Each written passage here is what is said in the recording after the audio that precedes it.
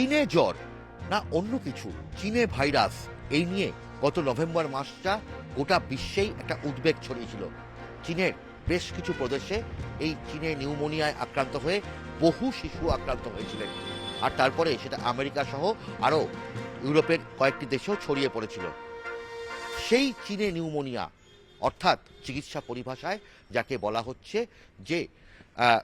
যে ব্যাকটেরিয়াটা, সেই নিউমোনিয়ার ব্যাকটেরিয়া এই কলকাতা শহরেও এক বালিকার শরীরে পাওয়া গেল। 10 বছর বয়সী ওই বালিকা বাঁশদ্রোণীর বাসিন্দা। তাকে ভর্তি করা হয়েছে পার্ক সার্কাসের ইনস্টিটিউট অফ চাইল্ড হেলথে। আর সেই ইনস্টিটিউট অফ চাইল্ড হেলথে সেই 10 বছরের যে বালিকা, তাকে ধুম, জ্বর, তার সঙ্গে শ্বাসকষ্ট, প্রচণ্ড কাশি, সেই অবস্থায় নিয়ে আসা হয় এবং সেখানেই চিকিৎসকরা পরীক্ষা করে দেখেন যে তার এই চীনে যে নিউমোনিয়া সেটাই তার শরীরে পাওয়া গেছে।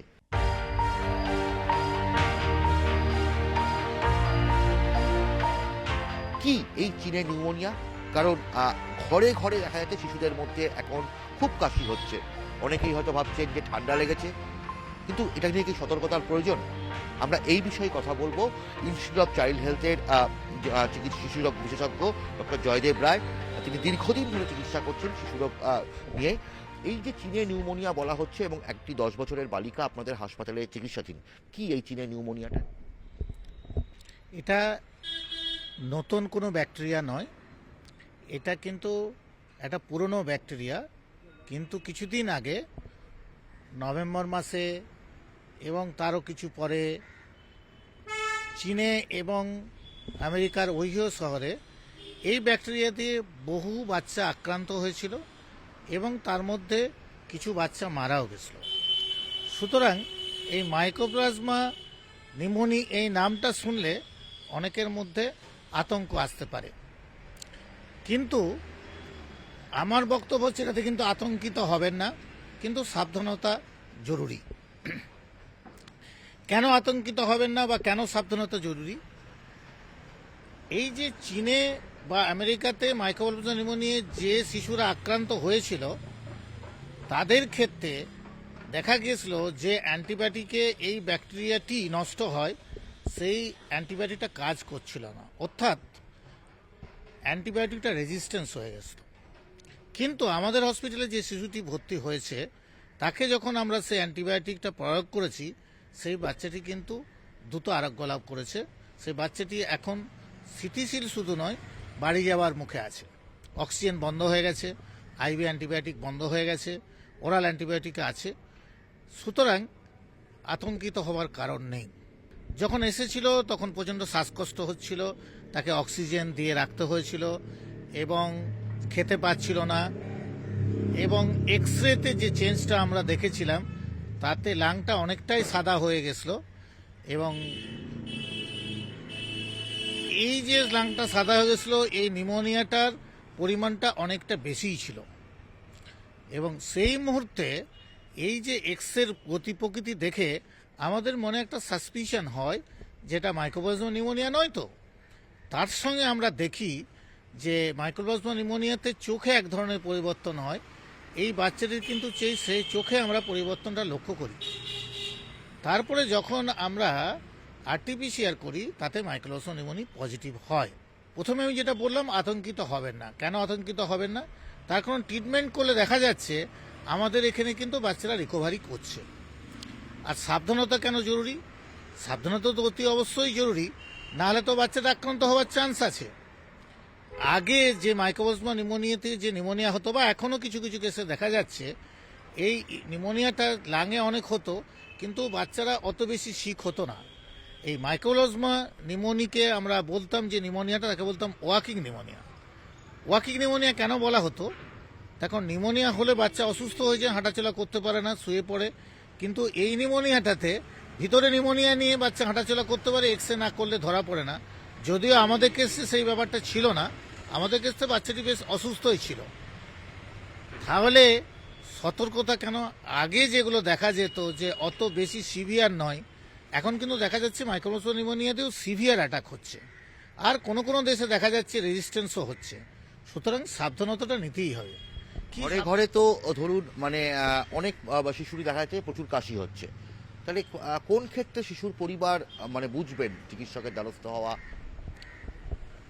পরিবারের পক্ষে বোঝাটা খুব মুশকিল। এই শিশুটি বেশ কিছুদিন ধরে কাশছিল, সর্দি কাশি ছিল। সেইখানে যদি অনেক দিন ধরে কাশি হতে থাকে তাহলে আমার মতে এক্সরে করে দেখা উচিত। এক্সরেটা যখন করা হলো তখন দেখা গেল যে বিরাট একটা নিউমোনিয়া হয়ে আছে। সুতরাং বাড়ির লোকের বোঝাচ্ছে যখন অনেক দিন ধরে কাশি হতে থাকে, বাচ্চার জ্বর যদি না রেসপন্স করতে থাকে, আর যদি দেখা যায় শ্বাসকষ্ট হচ্ছে বা বাচ্চা ঠিকমতো করে খেতে পাচ্ছে না, বাচ্চার ডিহাইড্রেশন হচ্ছে, ইউরিন কমে যাচ্ছে, এসব যদি দেখা যায় অতি অবশ্যই আপনাকে হসপিটালে ভর্তি করতে হবে। তবে আমার মতে হসপিটালে ভর্তি করার চেয়েও আপনারা যখন বাচ্চা ভুগতে থাকবে দ্রুত চিকিৎসকের কাছে গেলে তিনি যেভাবে যেসব পরীক্ষা নিরীক্ষা করতে বলেন সেগুলো করলে রোগ নির্ণয়টা মনে হয় তাড়াতাড়ি হবে। যেমন অন্যান্য ভাইরাস ব্যাকটেরিয়ার ক্ষেত্রেও প্রিভেনশন নেওয়া হয়, এর ক্ষেত্রেও কিন্তু প্রিভেনশনটা একই রকম। তার কারণ এটা এরোজলের মধ্যে নাক মুখ দিয়ে শরীরের মধ্যে ঢোকে। সুতরাং প্রিভেনশনটা হচ্ছে মাস্ক পরা, হাত ধোয়া। আবার যেহেতু এটাও সংক্রমণ ছড়ায় ক্রাউডেড প্লেসে গেলে, সেখানে ক্রাউডেড প্লেসটাকে অ্যাভয়েড করা। আর একটা আমরা এখানে বলি যেসব ভাইরাস বা ব্যাকটেরিয়ার ক্ষেত্রে ভ্যাকসিনেশন অ্যাভেলেবেল সেই ভ্যাকসিনটা নেওয়া।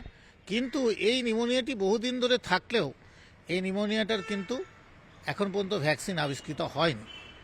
সুতরাং এই সাধারণ স্বাস্থ্যবিধিগুলোই কিন্তু আমাদের বাচ্চাকে বাঁচিয়ে রাখবে। আর একটা জিনিস যেটা বলি, এই রোগ নির্ণয়টা কেন খুব জরুরি, তার কারণে এই ব্যাকটেরিয়াটার একটা স্পেশাল ক্যারেক্টার হচ্ছে এর কোনো সেল ওয়াল নেই। এবারে সেল ওয়াল না থাকার ফলে আমরা অন্যান্য যে নিউমোনিয়া হয়ে থাকে, যে ব্যাকটেরিয়া হয়ে থাকে তাদের সেল ওয়াল থাকে, সেইখানে কিন্তু অ্যান্টিবায়োটিকটা সেই সেল ওয়ালে যে কাজ করে, বিশেষ করে পেনিসিলিন জাতীয় যে ওষুধটা, কিন্তু এটাতে তাতে রেসপন্স করবে না। সুতরাং এই রোগের যে স্পেসিফিক অ্যান্টিবায়োটিক সেইটা দিলে তবেই রেসপন্স করবে। সুতরাং রোগ নির্ণয়টাও কিন্তু খুব জরুরি। এটাকে আমরা সেজন্য বলে থাকি এটা অ্যাটিপিক্যাল টাইপ অফ নিউমোনিয়া বা অ্যাটিপিক্যাল নিউমোনিয়া। আবার আর একটা কথাও বলি যে এটা শুধু লাং ইনফেকশনেই সবসময় রেস্ট্রিক্টেড থাকে না, শরীরের অন্যান্য অর্গানকেও অ্যাটাক করতে পারে। যেমন ব্রেনকে অ্যাটাক করতে পারে, হার্টকে অ্যাটাক করতে পারে, কিডনিকে অ্যাটাক করতে পারে, স্কিনকে অ্যাটাক করতে পারে, ইউরেথ্রাকে অ্যাটাক করতে পারে। যদিও আমাদের এই বাচ্চাটির ক্ষেত্রে লাং এবং চোখ এই দুটো জায়গাতেই অ্যাটাক করেছিল। সুতরাং এই ব্যাকটেরিয়াটা যখন ডিটেক্টেড হবে আমাকে অনুসন্ধান করে দেখতে হবে অন্যান্য অর্গান ইনভলভ হয়েছে কিনা। তবে একটা কথা আমি বারবার বলতে চাচ্ছি, যদিও চীনে এবং আমেরিকাতে এই ব্যাকটেরিয়া দিয়ে বাচ্চা অনেক মারা গেছিল, তবুও আমি বলবো এটাকে চীনা নিউমোনিয়া বলে অভিহিত না করা। কারণ ওই ব্যাকটেরিয়াটা এখানে চলে এসছে তা নয়, তার আর একটা কারণ হচ্ছে যে এটা কিন্তু অ্যান্টিবায়োটিকে রেসপন্স করছে। সুতরাং আতঙ্কিত নয়, সাবধানতা খুব জরুরি। আপনার বাচ্চা ওই নিউমোনিয়া থেকে সাফার করতে পারে, সাধারণ স্বাস্থ্যবিধিগুলো মেনে চলা অন্তত জরুরি বলে আমার মনে হয়। মানে এই ক্ষেত্রে যদি কাশি কয়েকদিন, দুদিনের বা 3 দিনের বেশি টানা হতে থাকে, শুকনো কাশি, তাহলে কি ভয় পাওয়ার খুব কারণ? 2 দিন 3 দিন হলে অত ভয় পাওয়ার কারণ নেই। তার কারণ আমরা বলি কাশিটা হচ্ছে আমাদের বডির একটা ডিফেন্স মানে আমাদের শরীরের রেসপিরেটরি ট্রিতে যদি কোনো বিজাতীয় জিনিস চলে যায়, সেটা ধোঁয়ায় যায়, সেটা কোনো ভাইরাসই যায়, কোনো ব্যাকটেরিয়ায় যায়, সেগুলো আমরা কাফ আউট করে আমাদের বডি সেটাকে সঙ্গে সঙ্গে আমাদের নিজেদের বাঁচিয়ে রাখতে হেল্প করে। কিন্তু দেখা যায় যে এটা যদি খুব হ্যারাসিং হয় তখন আমাদের কাফ এক্সপেক্টরেন্ট বা কাফ ডিপ্রেশন যেরকম কারণ থাকবে সেটা নিতে হবে। আর অনেক দিন ধরে যদি কাশিটা পারসিস্ট করে সেখানে ইনভেস্টিগেশন করাটা জরুরি বলে আমার মনে হয়। ফলে বলাই যেতে পারে যে অকারণে ভয় পাবেন না, ভয় না পেয়ে বরং আতঙ্কিত না হয়ে বরং সতর্ক থাকা জরুরি। দীর্ঘদিন ধরে জ্বর, তার সঙ্গে টানা কাশি বেশ অনেক দিন ধরে, এবং তার সঙ্গে যদি শ্বাসকষ্ট হয় তবে দ্রুত শিশুরোগ বিশেষজ্ঞদের দ্বারস্থ হন বা নিকটবর্তী হাসপাতালে যান। এবং অবশ্যই শিশুরোগ বিশেষজ্ঞরা তারা পরীক্ষা করে যেরকমভাবে চিকিৎসা বলবেন ঠিক সেইভাবেই চিকিৎসা করুন। কোনো রকমভাবে বাড়িতে টোটকা বা গুগল দেখে চিকিৎসা করা এরকম কোনো রকম যেন না করা হয়, তেমনটাই বলছেন প্রখ্যাত শিশুরোগ বিশেষজ্ঞ ডক্টর জয়দেব রায়। এবং তিনি এও জানাচ্ছেন যে কোনোভাবে যেন এই চীনের ব্যাকটেরিয়া নিয়ে মানুষ আতঙ্কিত না হয়, কারণ এখানে যে বালিকার শরীরে এই ব্যাকটেরিয়াটি পাওয়া গেছে সেই ব্যাকটেরিয়াটি অ্যান্টিবায়োটিক দ্বারা নির্মূল করা গেছে। ফলে মানুষ যেন আতঙ্কিত না হয়, বাড়ির শিশুকে যেন তারা যত্নে রাখেন এবং এই উৎসবের মরশুমে যেন মাস্ক পরানো হয় এবং ভিড় জায়গায় সেখানে গিয়ে যেন একটু এড়িয়ে চলা হয় এবং পাশাপাশি যেন অবশ্যই শরীর খারাপ হলে নিজে থেকে চিকিৎসা নয়, বরং শিশুরোগ বিশেষজ্ঞের কাছে শিশুকে চিকিৎসা করান। ক্যামেরায় শশীপাল চৌধুরীর সঙ্গে অভিজিৎ চন্দ, নিউজ 18 ডিজিটাল।